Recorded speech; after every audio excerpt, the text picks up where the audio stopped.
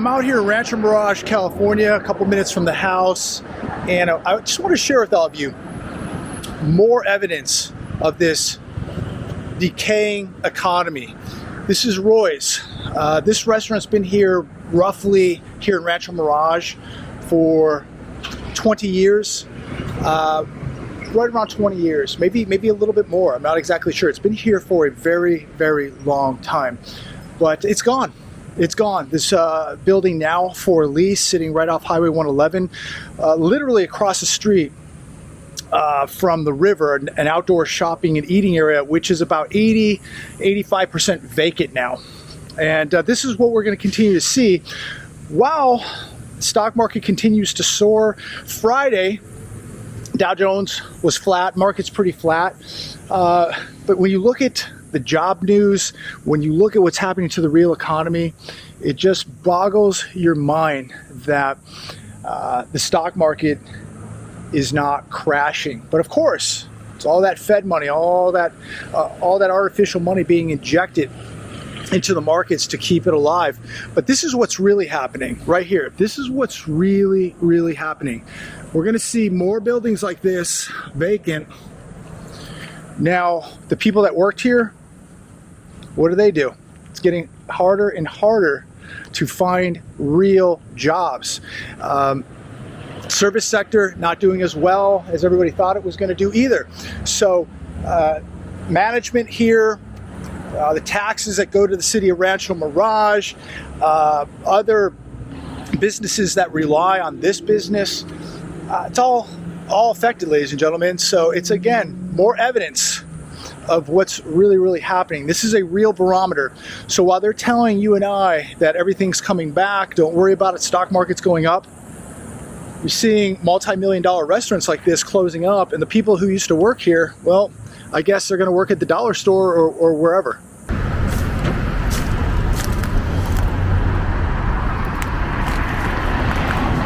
So I'm over here in Palm Desert now at the old Westfield Mall, once known as the Westfield Mall, because guess what?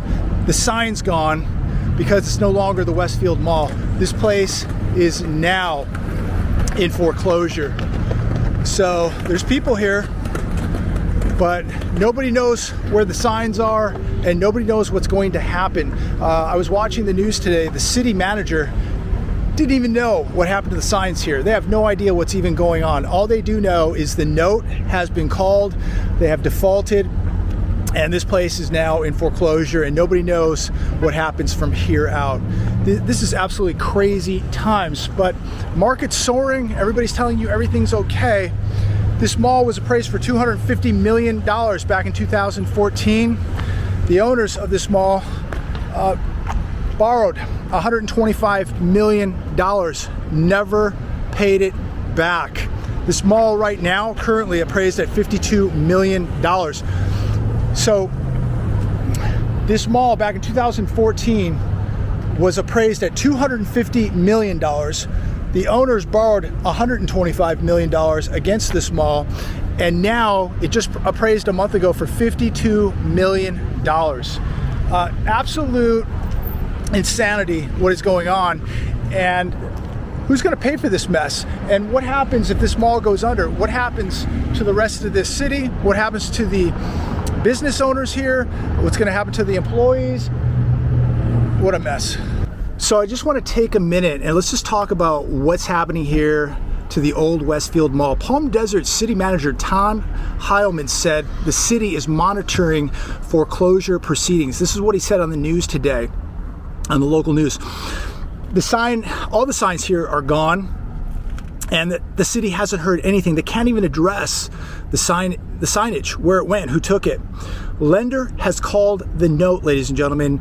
Now, what's going to happen? Does somebody purchase this? Does this thing become another vacant property? What's the city going to do? They're reaching out. Nobody's responding. So this is going to be very interesting, especially for the local economy where I live. It's a major employment center. It's a massive tax generator. And if this mall closes, think about it, the city is going to feel it. And having a closed mall in the center of your city, the center of the entire Coachella Valley here, and this mall has been here for decades, this would be a really, really bad barometer. And listen, ladies and gentlemen, you cannot hide what is happening. This mall has defaulted. The owners of this mall have defaulted. A mall that once appraised for $252 million 7 years ago, now just appraised for $52 million, while just a couple years ago they borrowed $125 million on this mall, the owners, and now nobody's getting paid back. So what does this mean for the local economy here in Palm Desert, the Coachella Valley? It's, this is going to be a highly visible hit if this thing goes down. And there's no way you're going to cover this up. This is, hundreds of thousands of square footage if this thing goes vacant. We lost the Palm Springs Mall many years ago. They ended up bulldozing that one. Nobody knows what's going to happen next. I don't know. The city doesn't know. Is anybody in this mall even paying rent at this point? But hey, the stock market is soaring. That's all you need to know, right? But it's just unbelievable when you drive by something like this, when you walk by it, when you've lived here for, many, many years. This mall has been failing for so many years. I have to be honest that this didn't just happen a year ago. This didn't happen because of the health crisis. This mall was on life support many years before that. But now, this is going to magnify the problem. It's going to accelerate the problem. And I'd love to know your thoughts. Please comment down below. What's happening in your local shopping areas, your malls, your strip centers?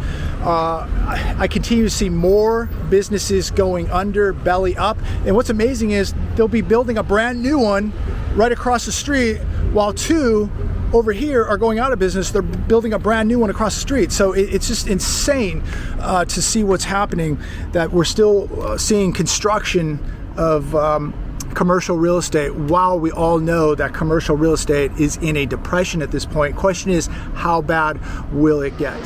Ooh.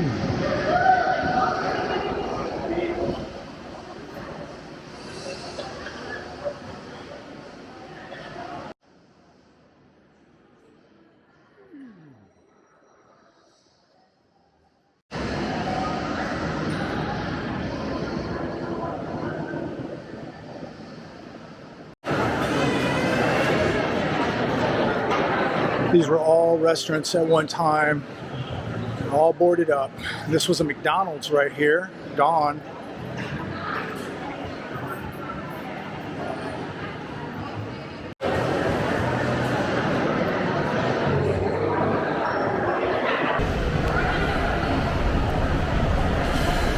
Windows are decorated, but business is gone.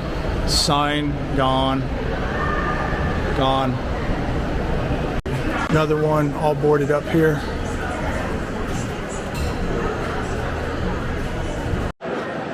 Here's another one.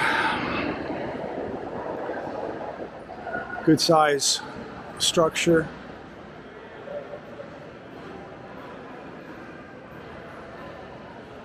This is another retail space here, just all covered up.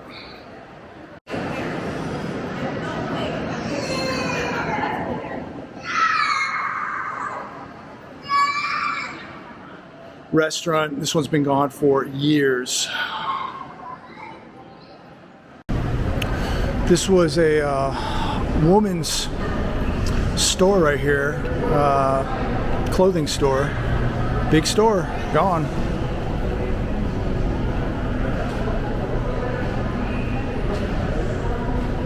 All gone.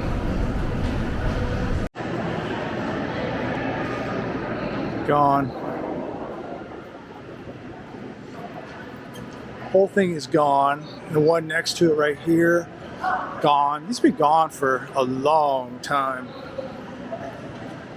Gone. Just window dressing. Another one bites the dust here. It's nice that they put Halloween decorations in the window. There's a coffin in the window for Halloween, but in all reality, this place isn't a coffin, it's dead. There used to be kiosks, probably 3 or 4 kiosks right in this area. They're gone. This one right here, this kiosk right here sold phones, gone. Right here, this was a mattress store, I believe, right here. And nice decorations, but this place is long gone. Long gone. And oh, right over across the way here, another empty one. Look at this. Completely empty. Big stores. Yeah, things are going well, aren't they? Doing well. All gone. One next to this, Martha's. Gone. Whatever this is. Here's 2 big ones right here. Completely gone.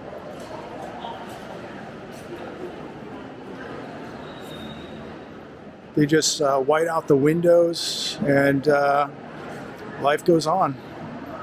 Actually, this is just one big store here. Corner store. Frosted windows, corner store, completely gone.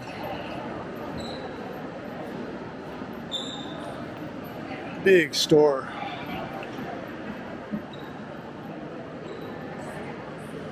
Gone. What's interesting is some of the stores that are here that have replaced some of the older stores, like this, the Fix, selling phone covers and iPad covers. How many phone and iPad covers do you have to sell a day to pay the rent on this, if they're even paying rent? I mean, who is paying rent now? Tutti Frutti yogurt, gone. Middle of the mall right here, center of the mall. This place has been here for years. Gone. This machinery right here, be on sale. Another one, just window dressing. Whole store is closed. Look at this. Gone. Over here, cosmetology school right there. What's interesting, guys, is there are now like 3 cosmetology schools in the mall here. And so now they're replacing the stores with cosmetology schools. I mean, this is unbelievable what we're seeing happening in this economy. And how many cosmetologists do we need here now in America when everybody's going broke? That used to be Sears right there. Gone. And right next to Sears is another vacancy. Look at this. Look at that. They dress all the windows up. Gone. Totally gone. But I love how they dress the windows up. But these places are all out of business. This whole thing is gone. Vacant building. Another one. It's been gone for a long time. We go next to that. This one right here. Class workshops. I mean, what the... It's another vacant store that they're using for a haunted house or a party. So, I mean, it's just another vacant building. And right over here across the way, look at this disaster. Look at this. This whole thing, ladies and gentlemen. All vacant, all the way down. This whole, I mean, this is 250 feet of vacancy, the mall here.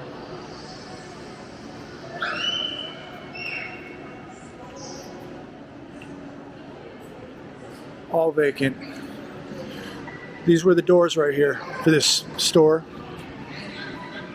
All vacant. Doors right here, vacant, locked.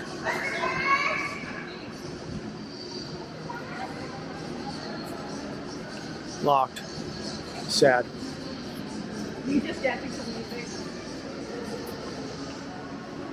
Right here. Man, a lot of frosted windows in this mall. Completely gone.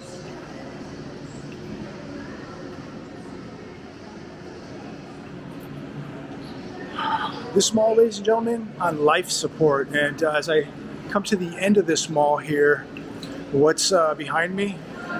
You got JCPenney's. You talk about a store that's on life support. This is an anchor store right here. When JCPenney's goes, which they will, I don't know, what's their stock selling at today? 18 cents, 14 cents? Disaster. Everything that you're seeing in this economy is on life support. We're back at the house, and please comment down below. Let me know what you think about what is happening to the retailers, to the restaurants, to the malls. It's really tragic when you walk through a mall and you just see a lot of these small businesses, these private store owners that have been decimated. They're done. They're gone. They're never coming back. And I want all of you to think, how many of the stores in there right now presently are even paying rent? The mall is in foreclosure now. They've called the note. What happens? What happens to a lot of these small business owners there now? And who's even paying their bills at this point? It's crazy. But I want to talk about the job numbers from Friday. What a joke. Non-farm payrolls. 194,000 jobs created in the month of September. They were estimating it to be 500, way off the marker, but what a joke. And again, it's another reminder of just how bad things really are. And yet the markets were flat. They should have been collapsing. When you look at Thursday, the first-time jobless claims for last week, well over 300,000, 194,000 jobs created for September, expectations 500, but there's nothing. Markets don't even care. That should tell you something right there, how fake all of this is. But I want to talk about where the jobs are, and no surprise, the majority of the jobs are in leisure and hospitality, right? 74,000 jobs created in leisure and hospitality. And I don't even know if these are really jobs created. These are more than likely jobs that people are just returning to that weren't working last year, right? These are just jobs from a year and a half ago that people are now returning to. Professional and business services, 60,000. Retail trade, 56.1 thousand jobs added in September. Transport and warehousing, 47.3 thousand. Information, 32,000. Manufacturing, 26,000. Construction, 22,000. You would think that with this massive housing bubble that we would see more jobs in construction being created. Wholesale trade, 16.9 thousand. Healthcare and social assistance, 12.3 thousand. Everything going on health-wise. You would think that this number would be exploding. Mining and logging, only 4,000. Financial activities, 2,000. And really look at this one. Government. We lost 123,000 jobs due to the loss of government education jobs. So we were down 123,000 government jobs, and they're saying that's due to the government education jobs, that they're not hiring back as many teachers as once before. An article here today on the hedge payrolls, huge miss. Just 194,000 jobs added in September, even as unemployment rate tumbles and wages rise. This is interesting. Unemployment rate now only 4.8%. Now, somebody explain this to me. When you're not creating jobs and you're losing over 300,000 jobs per week for 18, 19 months, how in the world can unemployment only be 4.8%? Please comment down below. Let me know your thoughts on that, because I find that a little hard to believe. Year over year earnings have rose 4.6% for the average American, but inflation has absolutely devastated that increase, because inflation is at 5.5%. So the average worker might be making 4.5% more money this year than last year, but he's making less because of inflation. And inflation, ladies and gentlemen, is expected at least from what I can see, to go much, much higher. And if you go to shadowstats.com, John Williams, he's putting inflation at around 13.5%. And, you know, I was watching an interview on Stansberry Research last night with Rick Rule, and he made a really, really great point. You know, they'd asked him, you know, what do you think the real inflation number is? He goes, doesn't matter. Right now, it's 5.4, 5.5%. What more do you need to know? That's horrendous, right? So are people going to wake up when they finally tell them it's 13.5%, or when they tell them it's 20%? People need to be waking up right now that inflation is hovering around 5.5% right now, and this is eating your paychecks up alive. It's eating your savings up alive. It's eating up your purchasing power alive. So we need to be worried about that right now. We don't need to wait to be told that it's 13.5%. Look, they're telling us it's 5.5%. We all know it's much higher than that, but it doesn't need to be any higher than 5.5% to be doing something and protecting yourself right now, and to be aware of it, and to do whatever you can to protect yourself against it. U.S. crude oil price tops $80 a barrel, the highest since 2014. If you're making more money, you're spending a lot more putting gas in the car, that's for sure. It's starting to feel a bit like July 2008. This comes from Albert Edwards, The Hedge. I think it is feeling a lot like 2008. The oil prices, the real estate bubble, etc. But we're going to go, in my opinion, from 2008 to 1929 very, very quickly. Tighter financial conditions as bond yields drift higher due to more inflationary backdrop, together with the threat of Fed tightening.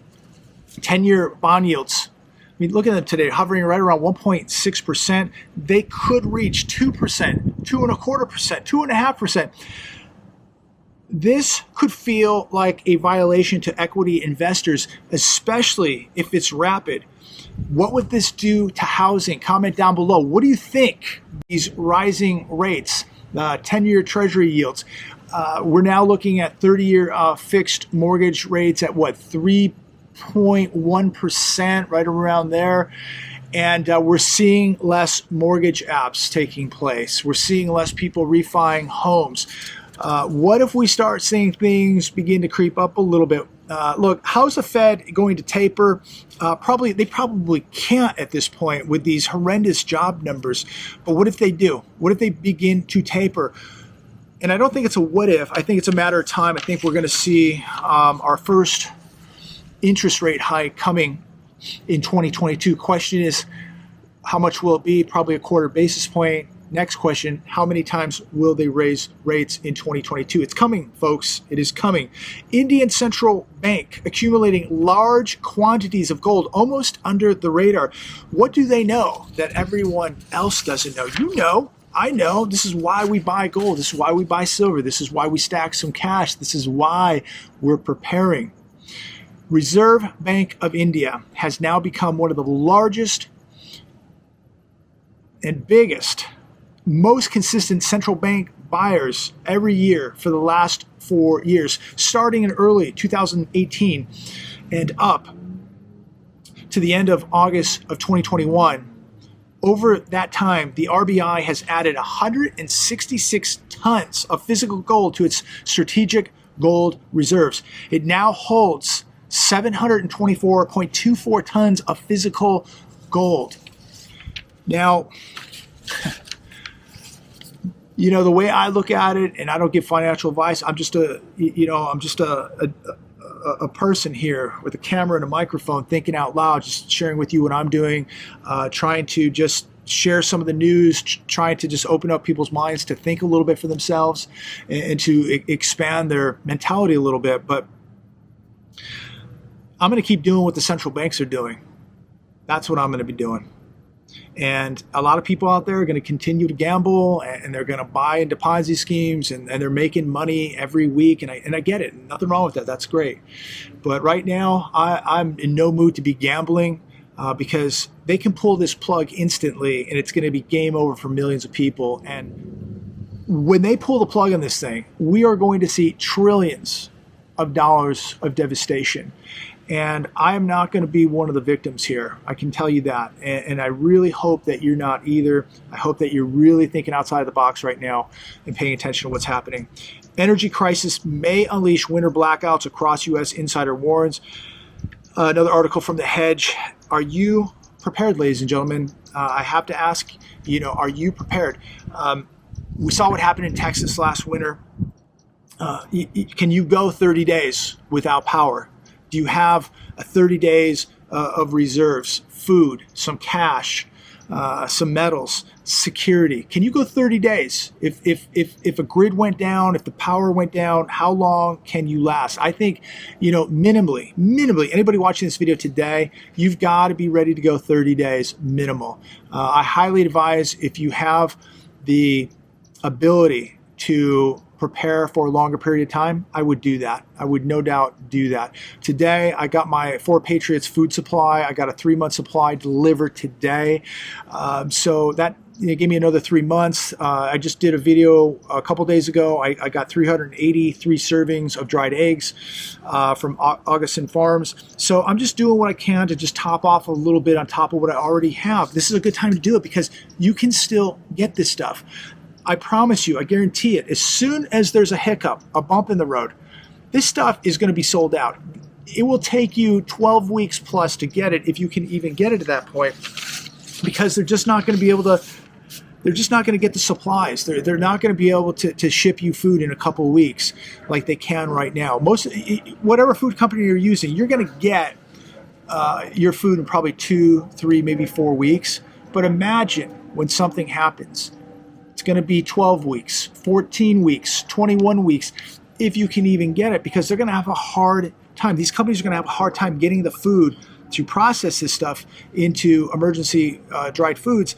They're not going to have access to it either. And so the best advice I can give you this weekend is buy this stuff while you can get it. And prices are only going to go up.